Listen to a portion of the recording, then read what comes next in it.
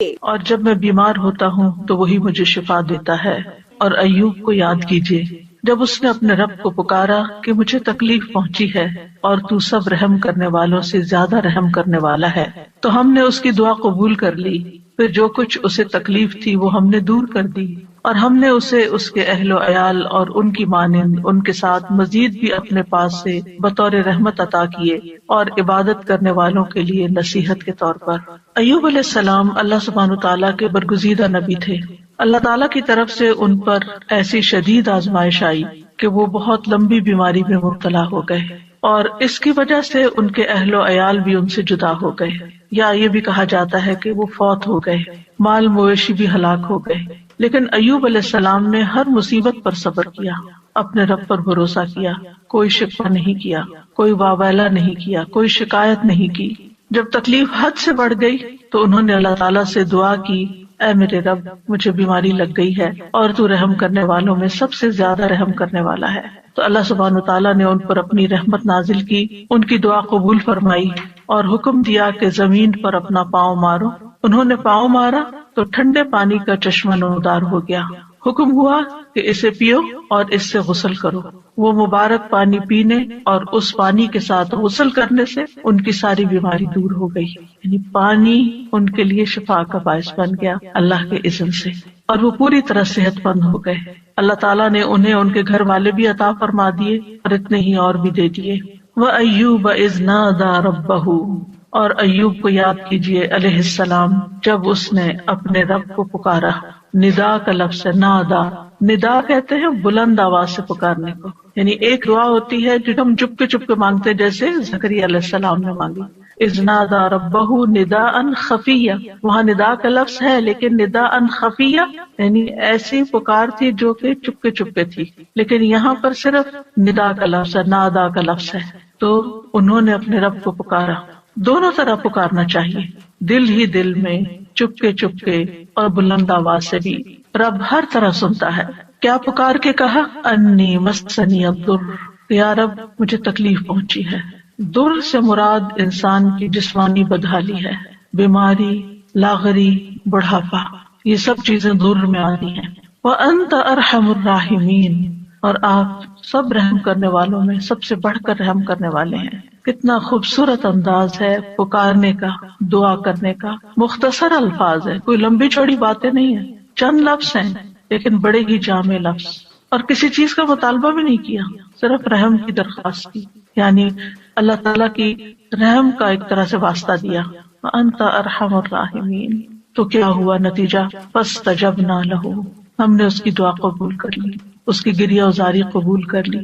فکشفنا بہ من ضر، اور جس تکلیف میں ہم نے اسے مبتلا کیا تھا اس سے عافیت عطا کر دی۔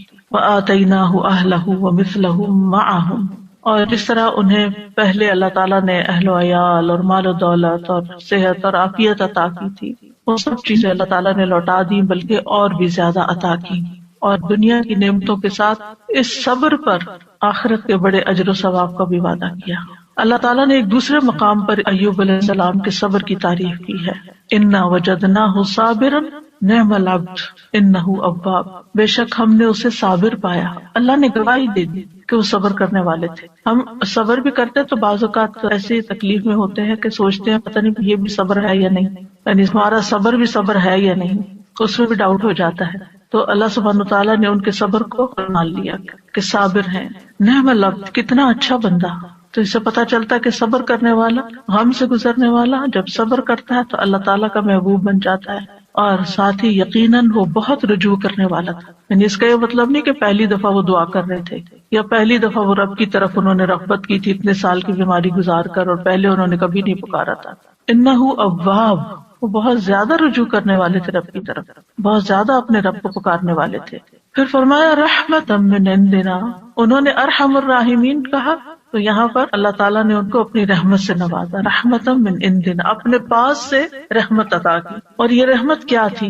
اول شدید بیماری اور تکلیف اور آزمائش کے ساتھ ان پر رحم کیا، پھر انہیں صبر کی توفیق دے کر ان پر رحم کیا، پھر دعا قبول کر کے ان پر رحم کیا، پھر دعا قبول کرنے کے بعد صحت کے ساتھ اور مال و دولت وغیرہ لوٹایا اس کے ساتھ۔ تو یہ سب کچھ اللہ تعالیٰ کی عظیم رحمت تھی۔ رحمتم من عندنا. اور پھر آپ دیکھیں کہ اس رحمت کا ایک ظاہری مینیفیسٹیشن کیا تھا. ابو ہریرہ رضی اللہ عنہ روایت کرتے ہیں کہ نبی صلی اللہ علیہ وسلم نے فرمایا، ایک بار ایوب علیہ السلام برہنہ غسل فرما رہے تھے کہ سونے کی ٹڈیاں آپ پر گرنے لگیں، یعنی جیسے بارش ہوتی ہے. ایوب علیہ السلام انہیں اپنے کپڑے میں سمیٹنے لگے. ان کے رب نے انہیں پکارا کہ اے ایوب، کیا میں نے تمہیں اس چیز سے بے نیاز نہیں کر دیا جسے تم دیکھ رہے ہو؟ یعنی مجھے معلوم ہے کہ تمہارے دل میں اس کی کوئی لالچ نہیں، کوئی رغبت نہیں، تمہیں اس کی ضرورت نہیں، تمہارے پاس اللہ نے پہلے سے ہی بہت کچھ عطا کر دیا ہے، تو تم پھر کیوں یہ سمیٹ رہے ہو؟ ایوب علیہ السلام نے جواب دیا، ہاں تیری بزرگی کی قسم، لیکن تیری برکت سے میرے لیے بے نیازی کیسے ممکن ہے، یعنی اس سے میں بے نیاز نہیں ہو سکتا. تو بندہ مومن جو ہے وہ اللہ سبحانہ تعالیٰ سے دعا بھی کرتا ہے اور استغنا بھی برتتا ہے، دل میں لالچ بھی نہیں رکھتا، لیکن اگر اللہ تعالیٰ کی طرف سے بن مانگے اس تک کوئی نعمت پہنچتی ہے تو اس کو اللہ کی رحمت سمجھتا ہے، برکت سمجھتا ہے، اور اس سے تکبر کرتے ہوئے بے نیازی نہیں برتتا یا ایسا زہد اور ایسا تکشف ظاہر نہیں کرتا کہ لے جاؤ اس کو، اٹھا لو اس کو، مجھے نہیں چاہیے، مجھے کیا کرنا ہے، میرے پاس آلریڈی بہت کچھ ہے، ایسا رویہ اختیار نہیں کرتا. یہ بھی شکر گزاری کا ہی ایک انداز ہوتا ہے. اور ان کے دل میں یعنی ایک طرح سے یہ شکر گزاری تھی کہ یہ اللہ کی طرف سے آ رہا ہے، کیونکہ ظاہر ہے کوئی انسان تو نظر نہیں آ رہا تھا جو ان پہ سونا برسا رہا، اللہ سبحانہ تعالیٰ کی طرف سے ہی آ رہا تھا، اور ان کے وہم و گمان میں بھی نہیں تھا. اور جو چیز کسی لالچ اور کسی حفظ کے بغیر انسان کے پاس آتی ہے تو اسے اللہ سبحانہ تعالیٰ کی ایک نعمت سمجھ کر شکر گزار ہونا چاہیے بندے کو. وَذِكْرَىٰ لِلْعَابِدِينَ، اور عبادت گزاروں کے لیے ایک نصیحت ہے اس واقعے میں. یعنی عموماً جو عبادت گزار لوگ ہوتے ہیں اگر ان کی دعا قبول نہ ہو تو بعض اوقات وہ مایوس ہونے لگتے ہیں، اتنی دعا کی پھر کچھ نہیں ہوا، یا پھر یہ کہ بعض اوقات عبادت کی وجہ سے شیطان دل میں ایک عجیب سا خیال ڈال دیتا ہے کہ تم تو بہت نیک ہو اور تمہارا دنیا سے کیا تعلق، اور انسان صرف دنیا کو کریٹیسائز ہی کرتا رہے اور دنیا کو برا بھلا ہی کہتا رہے. تو ایسا نہیں ہے، یعنی عبادت اور اللہ کی نعمت دونوں جمع بھی ہو سکتی ہیں، جیسے ایوب علیہ السلام پر جمع ہوئی تھی کہ وہ عبادت گزار تھے، اواب تھے، بہت زیادہ اپنے رب کو پکارتے تھے، اس کی طرف رجوع کرتے تھے. اور اواب جو ہوتا ہے صرف دعا نہیں کرتا بلکہ نماز اور دیگر نیک اعمال کے ساتھ اپنے رب کی طرف رجوع کرتا ہے. اور اس میں اگر اللہ سبحانہ تعالیٰ بندے پر اپنی رحمت فرماتا ہے، صحت دیتا ہے، طاقت دیتا ہے، تو ایسے میں وہ مزید شکر گزار ہوتا ہے. تو اس واقعے میں عبادت گزاروں کے لیے ایک نصیحت ہے کہ اگر بیماری آ جائے، اگر تکلیف آ جائے تو پھر کیا کرنا چاہیے. اگر مختلف چیزوں کے ذریعے انسان کی آزمائش ہو تو پھر کس طرح صبر کیا جائے، اللہ تعالیٰ کے سامنے کیسے فریاد پیش کی جائے، اور پھر جب اللہ تعالیٰ انعام فرمائے تو کس طرح بہیو کیا جائے. کیونکہ بعض لوگ تکلیف میں تو اللہ تعالیٰ کی طرف رغبت کرتے ہیں، لیکن جب تکلیف دور ہو جاتی ہے تو پھر کیا کرتے ہیں، بھول جاتے ہیں، اور پھر وہ اس کو اپنا کارنامہ بتانے لگتے ہیں کہ میں نے ایسا کیا اور ویسا کیا، یہ ایکسرسائز کی اور یہ دوا کھائی اور یہ طریقہ اختیار کیا تو اس وجہ سے مجھے یہ شفا ہوئی ہے، اور اللہ تعالیٰ کو اس میں سے نکال دیتے ہیں. تو بندہ مومن کسی حال میں بھی، چاہے صبر ہو یا شکر ہو، وہ دونوں کیفیات میں رب ہی کے ساتھ جڑا رہتا ہے. ایوب علیہ السلام کا واقعہ حدیث میں تھوڑی تفصیل کے ساتھ بھی آتا ہے. انس بن مالک کہتے ہیں کہ رسول اللہ صلی اللہ علیہ وسلم نے فرمایا، بے شک اللہ کے نبی ایوب علیہ السلام اپنی آزمائش میں 18 برس بیمار رہے، 1-2 دن نہیں، 18 سال. قریبی اور دور کے لوگوں نے انہیں چھوڑ دیا، ساتھیوں نے چھوڑ دیا. البتہ ان کے بھائیوں میں سے یعنی دینی بھائیوں میں سے 2 آدمی صبح و شام ان کے پاس آتے جاتے رہے. تو ایک دن ایک اپنے دوسرے ساتھی کو کہنے لگا، کیا تو جانتا ہے اللہ کی قسم ایوب نے کوئی ایسا گناہ کیا ہے جو جہان والوں میں سے کسی نے نہیں کیا؟ اس پر اس کے ساتھی نے کہا، وہ کون سا؟ اس نے کہا، دیکھو 18 سال ہو چکے ہیں، اللہ نے اس پر رحم نہیں کیا کہ اس کی آزمائش اس سے ہٹا دے. کیونکہ بعض اوقات عبادت گزاروں کی جب آزمائش لمبی ہو جاتی ہے تو لوگ باتیں بنانا شروع کر دیتے ہیں کہ یہ تو بہت دین والے ہیں، اور یہ تو قرآن والے ہیں، اور یہ تو بہت نمازی ہیں، اور حج عمرے کرتے ہیں، اور پھر دیکھو ان کے ساتھ کیا ہو رہا ہے. تو ان کے اوپر بھی اسی طرح کی بات ہوئی. جب وہ شام کو ایوب علیہ السلام کے پاس آئے تو ایک نے بے صبری میں وہ بات ذکر کر دی کہ وہ کوئی یہ کہہ رہا تھا تمہارے بارے میں. تو ایوب علیہ السلام نے ان کا الزام سن کر کہا، جو کچھ تم کہہ رہے ہو اس طرح کی کوئی بات میرے علم میں تو نہیں ہے. اب ریاکشن دیکھیں. ہاں اتنا ضرور ہے کہ اللہ تعالیٰ جانتا ہے کہ 2 آدمیوں کے پاس سے میرا گزر ہوتا تھا جو آپس میں جھگڑ رہے ہوتے تھے، وہ دونوں ہی اللہ کا نام لیتے تھے، پھر میں اپنے گھر واپس آتا اور ان دونوں کی طرف سے کفارہ ادا کرتا، اور اس بات کو ناپسند کرتا کہ وہ ناحق اللہ کا نام لے رہے ہیں، یعنی یہ مجھے اچھا نہیں لگتا تھا کہ وہ اللہ کا نام لے کے لڑ رہے ہیں، تو میں ان کی بخشش کے لیے صدقہ کر دیتا تھا کہ ان کی پکڑ نہ ہو اس پر، یعنی ایسے نیک انسان۔ بہرحال ایوب علیہ السلام کی آزمائش اور بیماری ایسی تھی کہ جب وہ قضاء حاجت کے لیے باہر جاتے اور فارغ ہو جاتے تو ان کی بیوی ان کو ہاتھ سے پکڑ کر سہارا دیتی تھی حتیٰ کہ وہ واپس اپنی جگہ پر پہنچ جاتے، یعنی اتنے کمزور اور لاغر ہو گئے تھے۔ ایک دن وہ لیٹ ہو گئے اور ان کی بیوی ان کے انتظار میں رہی، اور اللہ نے ایوب کی طرف وحی کی، ارکز برجلک، یعنی باہر ہی گئے ہوئے تھے تو وہیں پر ارکز برجلک ھذا مغتسل بارد وشراب، اپنا پاؤں مارو، یہ نہانے کا ٹھنڈا اور پینے کا پانی ہے۔ ادھر ان کی بیوی سمجھ رہی تھی کہ وہ دیر کر رہے ہیں، یعنی اپنی حاجت سے فارغ ہونے دیر ہو رہی ہے، اور وہ ذرا ہٹ کے کھڑی ہوں گی اور انتظار کر رہی تھی۔ جب وہ واپس پلٹے تو اللہ نے ان کی تمام بیماریاں دور کر دی، اور وہ بہت حسین لگ رہے تھے۔ جب ان کی بیوی نے ان کو دیکھا تو پہچان نہ سکی، پوچھا اللہ تمہیں برکت دے، کیا تم نے اللہ کے نبی جو بیمار ہیں انہیں دیکھا؟ اللہ کی قسم جب وہ صحت مند تھے تو تم سے سب سے زیادہ مشابہت رکھتے تھے۔ تو انہوں نے کہا میں وہی ایوب ہوں، یعنی اتنی دیر میں ہی تکلیف دور ہو گئی۔ اور کس سے؟ پانی سے۔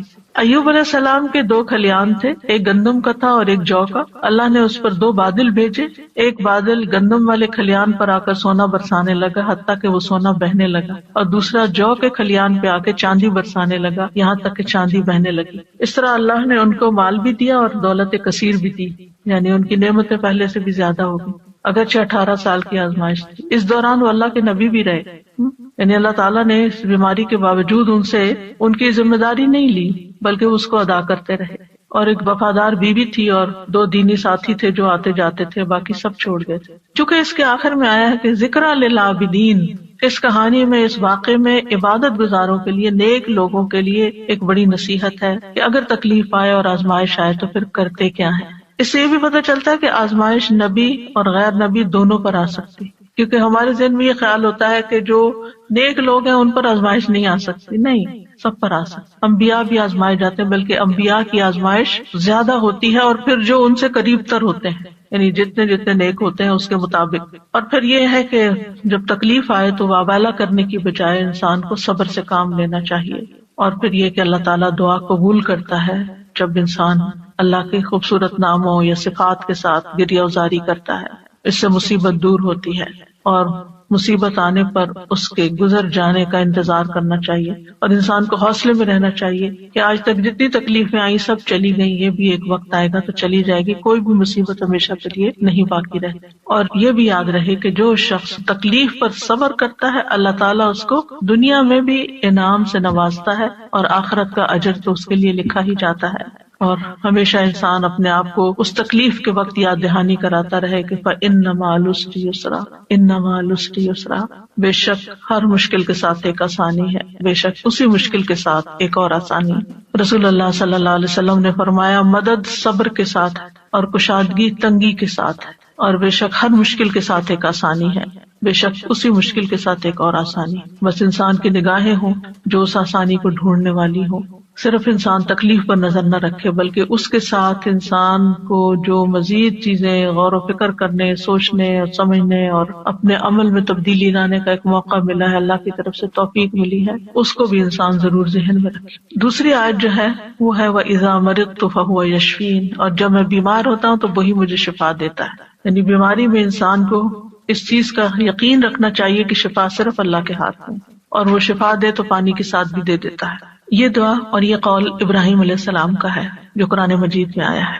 سورۃ الشعراء کی آیت نمبر 80 ہے کہ ابراہیم علیہ السلام نے اپنے والد اور اپنی قوم کے سامنے توحید کی دعوت پیش کی تھی، اور اللہ تعالیٰ کا تعارف کروایا تھا انہی الفاظ میں کہ الذی خلقنی فہو یہدینی والذی هو یطعمنی ویسقینی واذا مرضت فہو یشفینی، اسی نے مجھے پیدا کیا ہے، وہی مجھے راہ دکھائے گا، وہی مجھے کھلاتا ہے، وہی مجھے پلاتا ہے، جب میں بیمار ہو جاتا ہوں تو وہی مجھے شفا دیتا ہے۔ یعنی شفا صرف اور صرف اللہ کے ہاتھ میں ہے، وہی شفا دیتا ہے۔ انسان کو اچھی طرح یقین ہونا چاہیے، اس لیے جب بیماری آئے، جب تکلیف آئے تو پہلا دھیان اللہ کی طرف جائے، پہلا خیال اللہ کی طرف جائے، ڈاکٹر کی طرف نہیں، دوا کی طرف نہیں، لوگوں کی طرف نہیں، اور اس پر اپنے آپ کو ٹیسٹ کیا کریں۔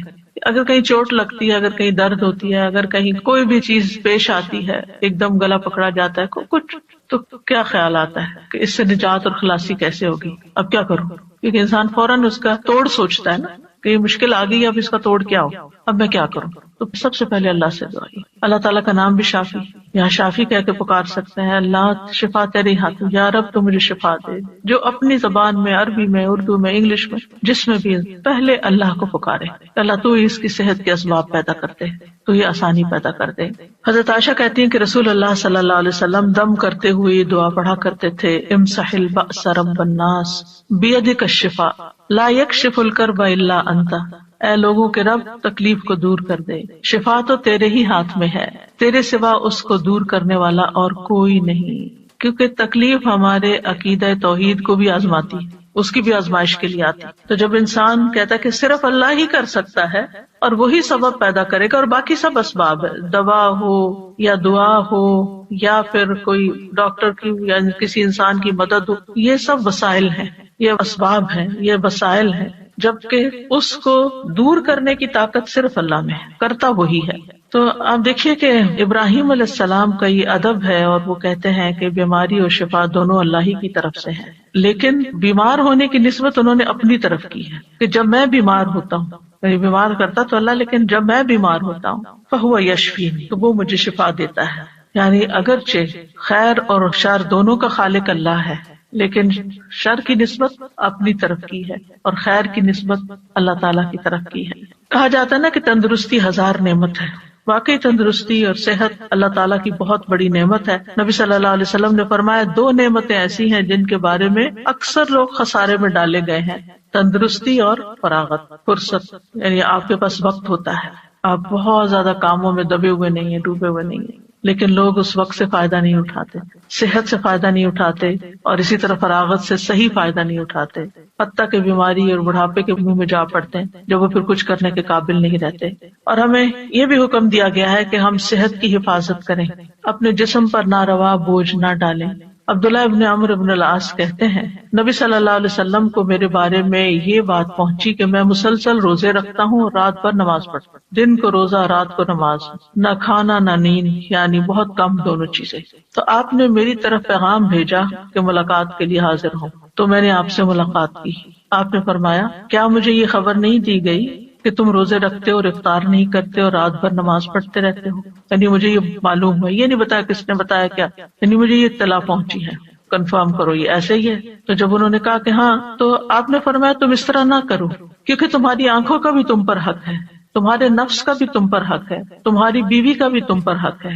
تم روزہ بھی رکھو اور افطار بھی کرو، نماز بھی پڑھو اور سویا بھی کرو، اور ہر 10 دنوں میں 1 دن کا روزہ رکھ لو، یہ تمہارے لیے 9 روزوں کا اجر بن جائے گا. اور ایک اور روایت میں آتا ہے، صحیح بخاری کی روایت ہے، آپ نے فرمایا اگر تم ایسا کرتے رہے، یعنی ہر وقت روزے سے رہے اور ہر وقت جاگتے رہے، تو تمہاری بینائی کمزور ہو جائے گی اور تمہارا نفس تھک جائے گا. یعنی عبادت میں بھی اعتدال کرو، اس طرح کا بوجھ اپنے اوپر نہ ڈالو کہ تم بیمار پڑ جاؤ. تو اس سے کیا پتہ چلتا ہے اس حدیث سے کہ ہمارا دین ہمیں اعتدال سکھاتا ہے، اور یہ سکھاتا ہے کہ ہم اپنی جان کا بھی حق ادا کریں، اپنے گھر والوں کا بھی حق ادا کریں، اور اپنے جسم کا، آنکھوں کا اور باقی تمام چیزوں کا. اسی طرح ایک حدیث سے ہمیں یہ پتہ چلتا ہے کہ نیک انسان کے لیے صحت مالداری سے زیادہ بہتر ہے. یعنی صحت جو ہے یہ بڑی دولت ہے مال سے بھی. تو اس لیے مال کماتے ہوئے بھی انسان کو اپنی صحت برباد نہیں کرنی چاہیے. عبداللہ بن خبیب اپنے چچا سے روایت کرتے ہیں کہ ہم لوگ ایک مجلس میں تھے کہ رسول اللہ صلی اللہ علیہ وسلم ہمارے پاس تشریف لائے. سر مبارک پر پانی کے اثرات تھے، تو ہم نے کہا اللہ کے رسول ہم آپ کو بہت خوش دیکھ رہے ہیں. آپ نے فرمایا ہاں. پھر لوگ مال و دولت کا، مالداری کا تذکرہ کرنے لگے، تو آپ نے فرمایا اللہ عز و جل سے ڈرنے والے کے لیے مالدار ہونے میں کوئی حرج نہیں. یعنی ایک شخص کے اندر اگر اللہ کا تقوی اور خوف ہے اور ساتھ اس کے پاس مال بھی بہت ہے تو کوئی حرج نہیں، کوئی گناہ کی بات نہیں. البتہ اللہ عز و جل سے ڈرنے والے کے لیے مالداری سے زیادہ بہتر چیز صحت ہے، اور دل کا خوش ہونا اللہ کی نعمت ہے.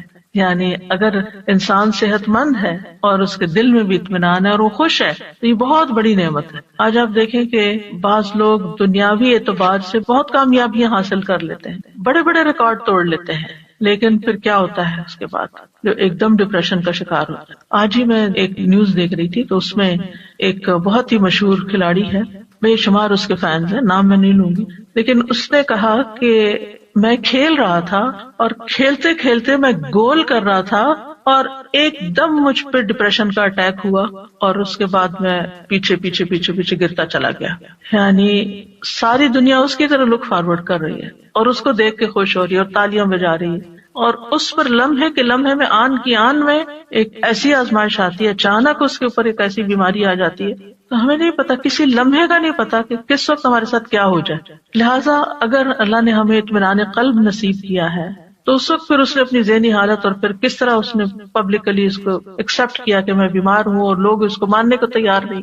یعنی لوگ کیا چاہتے ہیں، ہمارے ہیروز جو ہیں وہ تو سپر سے سپر مین ہی نظر آئے، وہ کبھی اظہار ہی نہ کریں کہ ان کو کوئی تکلیف ہے یا ان کو کوئی پریشانی. لیکن انسان تو کہیں بھی پہنچ جائے وہ انسان ہے اور کمزور ہے، اور اللہ تعالیٰ دکھاتا ہے کہ کوئی بھی انسان خدا نہیں ہے. لیکن ہوتا ہی ہے کہ ہم کچھ انسانوں کو خدا کا درجہ دے دیتے ہیں اور ان سے ایسی توقعات وابستہ کر لیتے ہیں کہ نہ یہ کبھی بیمار ہوں گے اور نہ ہی کبھی ان کو کوئی تکلیف آئے گی اور نہ ہی ان پر کوئی آزمائش آئے گی. تو ایسا نہیں سوچنا چاہیے. انسان انسان ہے اور انسان کمزور ہے، اور انسان دنیا میں مال و دولت کے یا شہرت کے کسی بھی مقام پہ پہنچ جائے، اس کے ساتھ کسی وقت بھی کچھ ہو سکتا ہے. تکلیف نعمت میں بھی بدل سکتی ہے اور نعمت تکلیف میں بھی بدل سکتی ہے. اس لیے انسان کو اللہ تعالیٰ کی طرف رجوع کرتے رہنا چاہیے اور عافیت کی دعا مانگتے رہنا چاہیے. لیکن ہمیں جو اس حدیث سے پتہ چلتا ہے وہ یہ کہ مالداری سے زیادہ بہتر چیز صحت ہے. بعض اوقات آپ نے دیکھا ہوگا کہ کوئی غریب سے غریب شخص ہے لیکن انتہائی ایکٹیو، صحت مند، بھاگ دوڑ کرنے والا، کام کرنے والا، جسے عموماً بیک ہوم میڈز وغیرہ ہوتی ہیں تو وہ کتنی ایکٹیو ہوتی ہیں، لیکن ان کو اپنی اس نعمت کی قدر ہی نہیں ہوتی کہ اللہ نے ہمارے ہاتھ پاؤں چلتے رکھے ہیں اور ہم کام کر سکتے ہیں اور ہمیں کسی کے اس لحاظ سے محتاجی نہیں ہے. ہم دوسروں کی خدمت کر رہے ہیں، ہم ان سے بہتر ہیں کہ ان کو ہماری ضرورت ہے جبکہ ہمیں ان کی اس طرح ضرورت نہیں ہے. لیکن وہ اس نعمت کی قدر کرنے کے بجائے اس غم میں رہتے ہیں کہ ان کے پاس بڑا گھر ہے، یہ گاڑی ہے، اور ہمارے پاس نہیں ہے تو ہم محروم ہیں. اللہ کے اس حدیث کی روح سے زیادہ محروم وہ ہے جس کے پاس صحت نہیں ہے. نبی صلی اللہ علیہ وسلم نے فرمایا، جس شخص نے اس حالت میں صبح کی کہ اسے اپنے بارے میں امن ہو، کوئی خوف نہیں، وہ بدن کے لحاظ سے تندرست ہو اور اس کے پاس اس دن کے لیے روزی موجود ہو، صرف اس ون سنگل ڈے کے لیے کھانے پینے کا سامان ہے، گویا ساری دنیا اس کے لیے جمع کر دی گئی. اگر انسان ان نعمتوں پہ سوچے اور شکر ادا کرے. رسول اللہ صلی اللہ علیہ وسلم نے فرمایا، اللہ سے عافیت کا سوال کیا کرو کیونکہ کسی انسان کو عافیت سے بڑھ کر کوئی چیز نہیں دی گئی. معاذ بن رفاع اپنے والد سے روایت کرتے ہیں کہ ابو بکر صدیق رضی اللہ تعالی عنہ ممبر پر کھڑے ہوئے پھر رو دیے. فرمایا، گزشتہ سال رسول اللہ صلی اللہ علیہ وسلم ممبر پر کھڑے ہوئے، یہ کہہ کر ابو بکر پھر رو پڑے اور فرمایا، اللہ سے معافی اور عافیت کا سوال کرو کیونکہ یقین کے بعد عافیت سے بڑھ کر کوئی نعمت کسی کو نہیں دی گئی. اسی طرح نبی صلی اللہ علیہ وسلم نے ایک شخص کو نصیحت کرتے ہوئے فرمایا کہ 5 چیزوں کو 5 چیزوں سے قبل غنیمت سمجھو: جوانی کو بڑھاپے سے پہلے، صحت کو بیماری سے پہلے، مالداری کو فقیری سے پہلے، فراغت کو اپنی مصروفیت سے پہلے، زندگی کو موت سے پہلے. اسی طرح آپ نے ایک موقع پر ابن عمر سے فرمایا، جب تم صبح کرو تو اپنے دل میں شام ہونے کا نہ سوچو، شام کا انتظار نہیں کرو. شام ہو تو صبح ہونے کا نہ سوچو، یعنی جو وقت ہے اس میں جیو، اس کی قدر کرو، اس وقت سے فائدہ اٹھاؤ، اس میں اچھا کام کر لو. یہ نہ سوچو اچھا صبح ہوگی تو پھر کر لیں گے، اگر اس وقت ہے تو پھر اس وقت وہ کام کر لو، کیونکہ عبداللہ تم نہیں جانتے کل تمہارا نام کیا ہوگا، یعنی مردوں میں ہوگے یا زندوں میں ہوگے. اور یہ بہت بڑی نصیحت ہے. آج کے لوگ بہت سے تجربے کرنے کے بعد اس نتیجے پہ پہنچے ہیں اور اب یہ بات بہت ان ہو گئی ہے کہ لیو ان مومنٹ، ناؤ کی اہمیت، اور اس پہ کتابیں باقاعدہ لکھی گئی ہیں کہ اس مومنٹ میں جیو جس میں جی رہے ہو اور اس کو انجوائے کرو. لیکن بہت سے لوگ جو وقت اس وقت ہے اس کی قدر نہیں کرتے، یا ماضی کے بارے میں سوچتے رہتے ہیں کہ یہ کیوں ہو گیا، وہ کیوں، یا مستقبل ہائی کیا ہوگا، کس نے جانا. بعض لوگ پریشان رہتے ہیں ہمارے بڑھاپے کا کیا ہوگا. ہمیں کیا پتا کہ ہم بڑھاپے تک زندہ بھی ہیں یا نہیں ہیں. تو جو اللہ نے دیا ہے اس سے خوب فائدہ اٹھا لینا چاہیے، اس کا شکر ادا کرنا چاہیے. پھر اسی طرح یہ ہے کہ انسان کو نہ صرف یہ کہ اپنی صحت بلکہ اپنے ماحول کی صحت کا بھی خیال رکھنا چاہیے اور اس کے لیے بھی دعا کرنی چاہیے. جیسے نبی صلی اللہ علیہ وسلم نے مدینہ والوں کے لیے دعا کی تھی، اے اللہ ہمارے دلوں میں مدینہ کی محبت اسی طرح پیدا کر دے جس طرح مکہ کی محبت، بلکہ اس سے بھی زیادہ. اے اللہ ہمارے سا اور مد میں برکت عطا فرما اور مدینہ کی آب و ہوا ہمارے لیے صحت افزا کر دے. یہاں کے بخار کو جوفا میں بھیج دے، یعنی کہیں اور چلا جائے، مدینہ کو ایک پرامن جگہ بنا دے. تو انسان کو اپنے بدن میں بھی عافیت کی دعا کرنی چاہیے، اپنے گھر میں بھی، اپنے شہر میں، اپنے ملک میں، کہ جہاں ہم رہتے ہیں امن امان کے ساتھ رہ سکیں، کیونکہ انسان امن کے ساتھ ہی بہت پروڈکٹیو ہو سکتا ہے۔ جب انسان کے اوپر ایک خوف سوار ہوتا ہے، اس کے حالات پریشانی کا شکار ہوتے ہیں، تو اس کو یہ نہیں سمجھ آتی کہ مجھے کیا کرنا چاہیے، یعنی بعضوں کا دل جمتا ہی نہیں پھر کسی کام کے کرنے کے لیے۔ پھر اس بات کو یاد رکھنا چاہیے کہ بیماری کا آنا اللہ کی طرف سے ایک امتحان ہوتا ہے، اللہ تعالیٰ کسی وقت کسی کو بھی آزما سکتا ہے۔ وَلَنَبْلُوَنَّكُمْ بِشَيْءٍ مِّنَ الْخَوْفِ وَالْجُوعِ وَنَقْصٍ مِّنَ الْأَمْوَالِ وَالْأَنفُسِ وَالثَّمَرَاتِ وَبَشِّرِ الصَّابِرِينَ۔ ہم ضرور تمہیں خوف، فاقے، نیز جان و مال اور پھلوں کے خسارے میں مبتلا کر کے تمہاری آزمائش کریں گے۔ تو اس میں جان جو ہے اس کی آزمائش میں صحت کی آزمائش بھی شامل ہے، یعنی جان جانے کے علاوہ دنیا میں رہتے ہوئے انسان بیمار رہے۔ پھر یاد رکھیے کہ تکلیف اور بیماری انبیاء کو بھی آ سکتی، جیسے ہم نے ایوب علیہ السلام کے بارے میں پڑھا کہ 18 سال بیمار رہے، اور اسی طرح رسول اللہ صلی اللہ علیہ وسلم کو بھی کئی دفعہ بخار آیا۔ ابو سعید کہتے ہیں کہ وہ رسول اللہ صلی اللہ علیہ وسلم کے پاس آئے، آپ بخار میں مبتلا تھے، آپ پر چادر تھی، انہوں نے اپنا ہاتھ چادر پہ رکھا، کہا کہ اللہ کے رسول آپ کا بخار بہت سخت ہے۔ آپ نے فرمایا بے شک ہمارا حال اسی طرح ہوتا ہے، ہم پر آزمائش سخت ہوتی ہے اور ہمیں اجر بھی دگنا دیا جاتا ہے۔ یعنی ایک عام بندہ جس چیز سے آزمایا جاتا ہے، ایک دین والا اور پھر خاص طور پہ نبی، اس سے بڑی آزمائش میں مبتلا کیا جاتا ہے، کیونکہ جس کا درجہ جتنا بلند ہوتا ہے اس کی آزمائش بھی اتنی بڑی ہوتی ہے۔ انہوں نے پوچھا اللہ کے رسول صلی اللہ علیہ وسلم لوگوں میں آزمائش کے لحاظ سے سخت کون ہوتا ہے؟ آپ نے فرمایا انبیاء۔ کہا پھر کون؟ فرمایا علماء۔ کہا پھر کون؟ فرمایا نیک لوگ۔ یعنی جیسے جیسے آپ کے درجے ہوں گے اسی حساب سے آزمائش ہوگی۔ اس لیے اگر کسی کے اوپر کوئی تکلیف بڑی آ جاتی ہے تو وہ تب بھی اللہ سے اچھا گمان رکھے کہ اگر اللہ نے مجھے دوسروں کے مقابلے میں زیادہ آزما لیا تو اس کا مطلب یہ ہے کہ اللہ تعالیٰ کی مجھ پہ نظر کرم ہے۔ اور فرمایا کہ ان میں سے کسی کو جوؤں سے آزمایا جاتا، یہاں تک کہ وہ اسے قتل کر دیتے، یعنی اتنی جوئیں پڑتی اور وہ صاف ہوتی ہی نہیں، نکالتے ہوں گے پھر اور پڑ جاتی، پھر اور پڑ جاتی، خون ہی چوس جاتی ہوں گی۔ اور ان میں سے کسی کو فقر کے ساتھ آزمایا جاتا، یہاں تک کہ وہ چھوٹی سی قمیص کے سوا کچھ نہ پاتا، چنانچہ وہ اسے ہی پہن لیتا۔ اور ان میں سے کچھ آزمائش پر بہت خوش ہوتے ہیں بنسبت اس شخص کے جو کچھ دیے جانے پہ خوش ہوتے ہیں۔ یعنی اللہ کے نیک بندوں کی ایک پہچان یہ بھی ہے کہ جب ان پر کوئی تکلیف آتی ہے تو پریشان ہونے کی بجائے وہ اللہ سے راضی ہو جاتے ہیں کہ اللہ نے مجھے اس کے لیے چنا، مجھے اس قابل سمجھا، تو اس لیے مجھ پر یہ امتحان ڈالا۔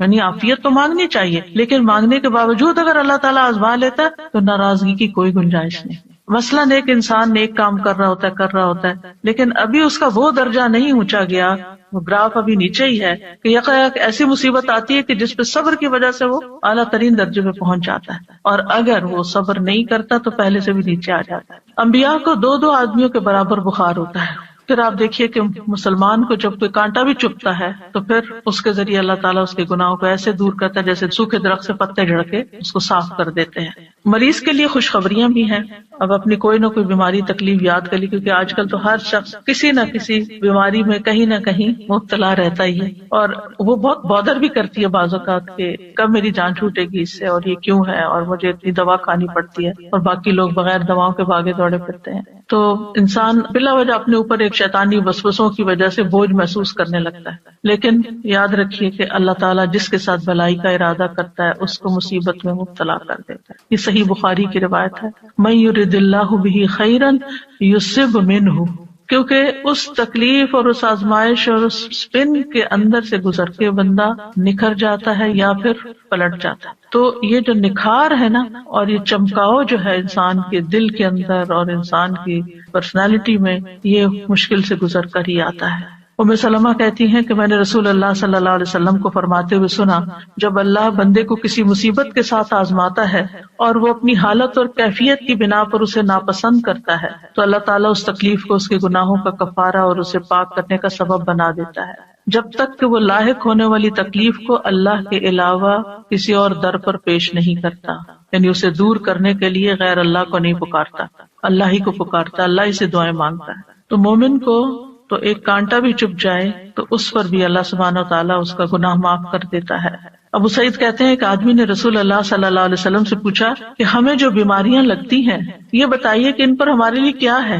آپ نے فرمایا یہ بیماریاں گناہوں کا کفارہ بن جاتی ہیں، ابی ابن کعب نے عرض کیا اگرچہ بیماری چھوٹی ہو، آپ نے فرمایا اگرچہ ایک کانٹا ہی چپ جائے یا اس سے بھی کم. بعض اوقات آپ نے دیکھا ہوگا کہ آپ گارڈننگ کر رہے ہوتے ہیں یا پھول توڑنے لگتے ہیں، کوئی سبزی توڑنے لگتے ہیں، تو آپ کے ہاتھ میں چھوٹا سا نظر نہ آنے والا چھوٹا سا کانٹا چپ جاتا ہے. اب وہ نظر بھی نہیں آتا، لیکن اس کی چبھن اور اس کی بودریشن اور اس کی تکلیف ایسی ہوتی ہے کہ انسان کسی پل اس کو بھولتا نہیں، یعنی اسے بے چین رکھتا ہے. وہ اس پر بھی اجر ہے، لیکن اس وقت اجر بھول جاتا ہے، بس تکلیف ہی یاد رہتی، اور اس کے بدلے اللہ تعالیٰ انسان کے درجات بلند کر دیتا ہے. سادہ جی مجھے خیال آیا کہ اجر کے لیے شاید ہم اتنے حریص نہیں ہیں، ہم اس کو اتنا اس طرح مٹیریلائز کر کے نہیں دیکھتے. جیسے کانٹے چبھنے اور اس کی بات کی نا آپ نے، مجھے خیال آیا کچھ لوگ اپنی مالی مجبوری کی وجہ سے جا کے بلڈ اپنا بیچتے ہیں، یعنی پنچ کرا کے بلڈ نکلواتے ہیں، کوئی ویکنس ہوتی ہوگی یا کوئی آرگن بیچ دیتے ہیں، کوئی اس طرح کا چیز ہوتی ہے، تو وہ ان کے سامنے وہ مالی فائدہ ہوتا ہے جسے وہ ان کو زیادہ چاہیے ہوتا ہے، تو وہ اپنے جسم کا ایک حصہ یا جسم کا خون بیچ دیتے ہیں. لیکن انسان کے اوپر اچانک سے کوئی آزمائش آ جاتی ہے تو اس وقت وہ چیز نظر نہیں آ رہی ہوتی نا کہ اس کے بدلے اجر ملنے والا کیا ہے. جیسے پڑھا بھی ہے، حدیث میں بھی ہے، یقین بھی ہے، لیکن شاید ہماری وہ لیول آف ہرس نہیں ہے کہ ہم پھر اس پہ اس وقت صبر کر جائیں.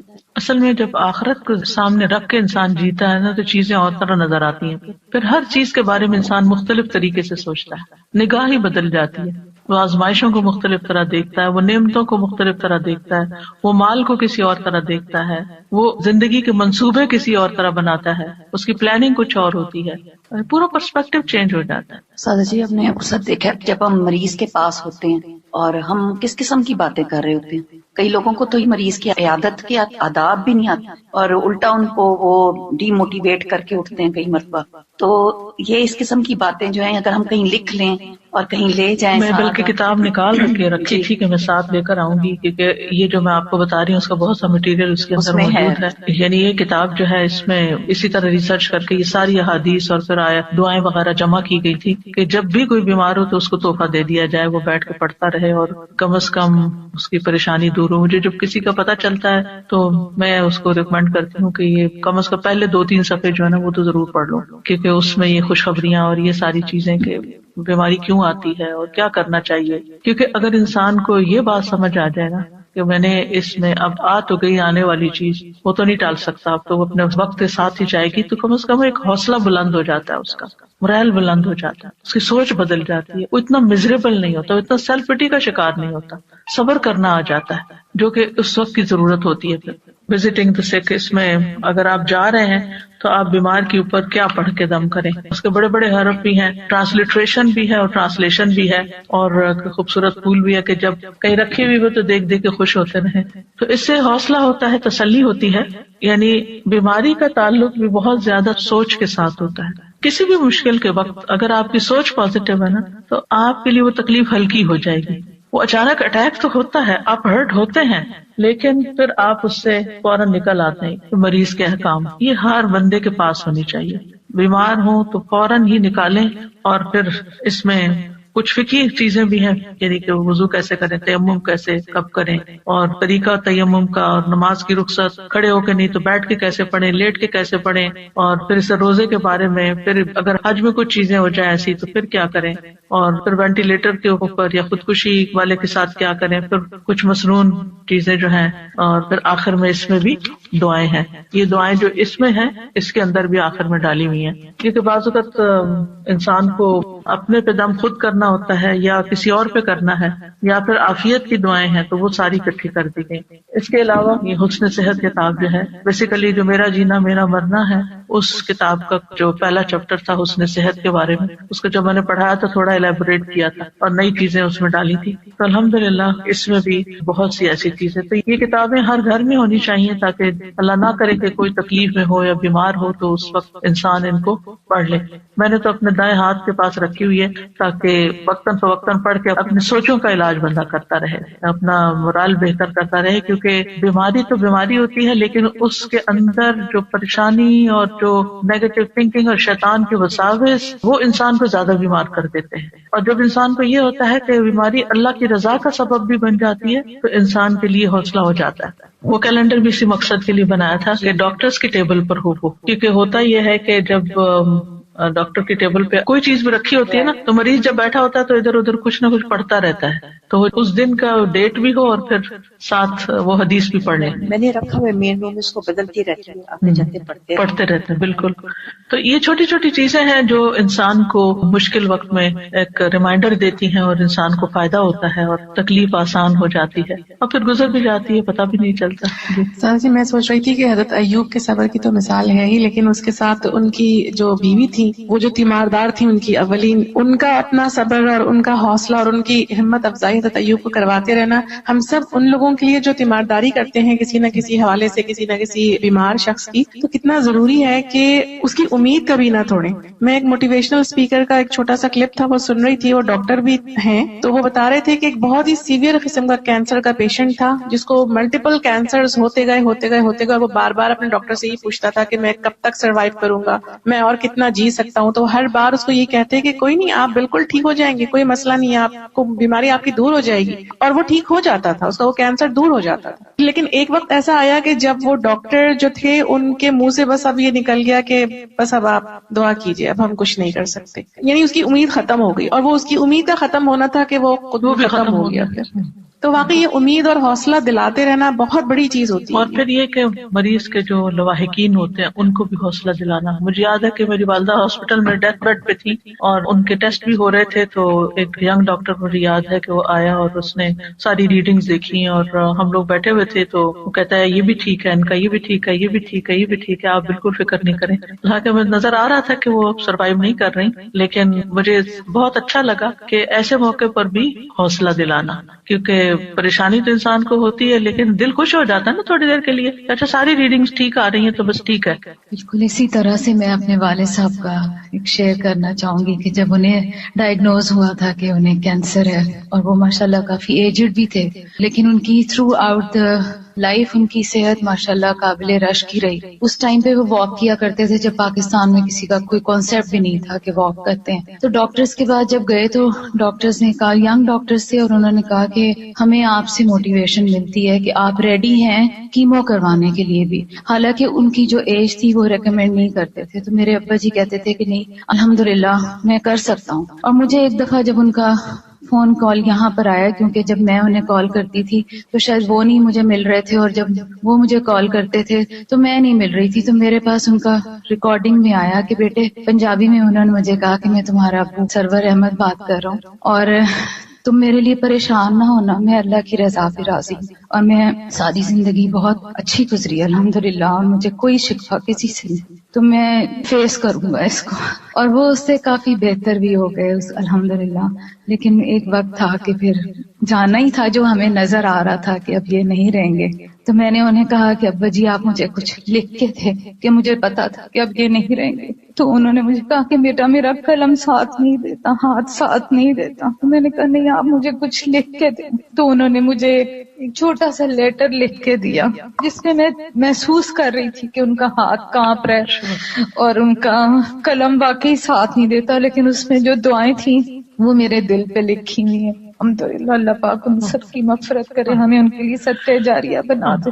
آج اتفاق سے نورین ملک بھی ہمارے ساتھ ہیں، یہ بھی ایک کووڈ کے بہت ہی شدید ترین کیفیات سے گزری. میں چاہوں گی کہ اپنا ایکسپیرینس شیئر کریں کہ کس طرح آپ کا علاج ہوا. السلام علیکم ورحمۃ اللہ. وعلیکم السلام. بہت ساری باتیں بتانے کو ہیں، لیکن میرے خیال میں ایک ابھی جب آپ لوگ اس کی بات کر رہے تھے امیدی اور نا امیدی کی، تو میری گھر والے بتاتے ہیں کہ اس طرح کی کئی دفعہ میری کیفیت ہوئی کہ جس وقت انہوں نے کہا کہ this is it's time to pull the plug. تو الحمدللہ میرا ایک کزن ہے، وہ ER میں کام کرتے ہیں، تو انہوں نے جب کہا کہ آپ مجھے کانفرنس کال پہ ڈالیے، اور انہوں نے کہا کہ نہیں how can we give up, ابھی ہم اور ٹرائی کریں گے. تو مطلب سب لوگ مجھے بتاتے ہیں کہ جس طرح سے اس نے کانفیڈنس سے یہ کہا کہ نہیں ہم نہیں گیو اپ کریں گے، اٹ از پاسبل.